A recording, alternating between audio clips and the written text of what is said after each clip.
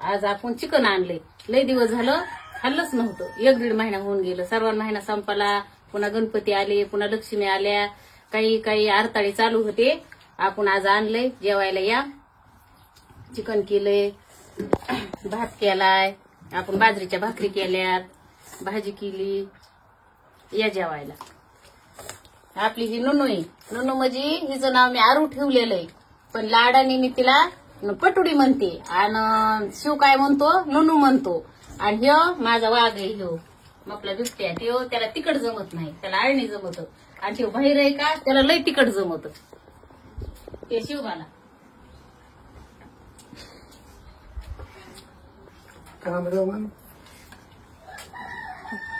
भाजी घा ना अजून. भाजी घरातले मोठी. आणि हे आमचे मालक तुमचे मामा दूध चपाती टमाट्याची चटणी खाऊन त्यांचा आराम चालू आहे. ते काय असलं खात नाही. ते खा ना पप्पा थोडं. नाही आता पोटभर खाल्लंय मी. दूध चपाती ते हा दूध चपाती बाजरीची भाकर. तुम्हाला असं नाही का वाटत मला ते.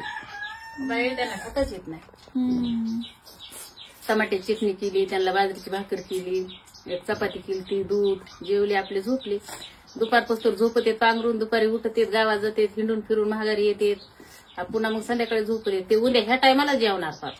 त्यांच्या पुढे सोनं जरी मांडलं ना खा खा म्हणून तरी ते खातच नाही. दिवसातून म्हणजे त्यांनी ते आता कसला महिना का काय धरलाय काय माहिती. एक टाइम जेवायचं, उपासच म्हणायचं. ते तर ते 2-3 वर्षापासून तेच आहे त्यांचं.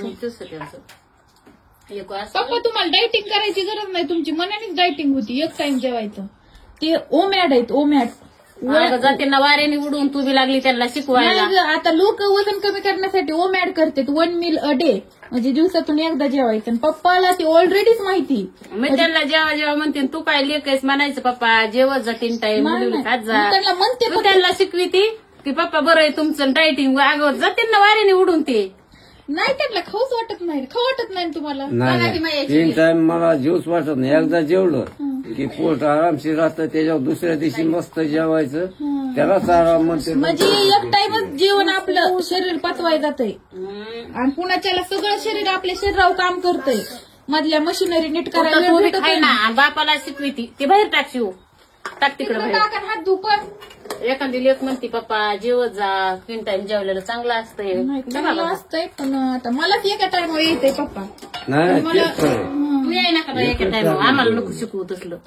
तू नको शिकू पण आता पप्पा ऑलरेडी मला पप्पाचं शिकायचंय. पप्पाचा आदर्श घ्यायचाय ग.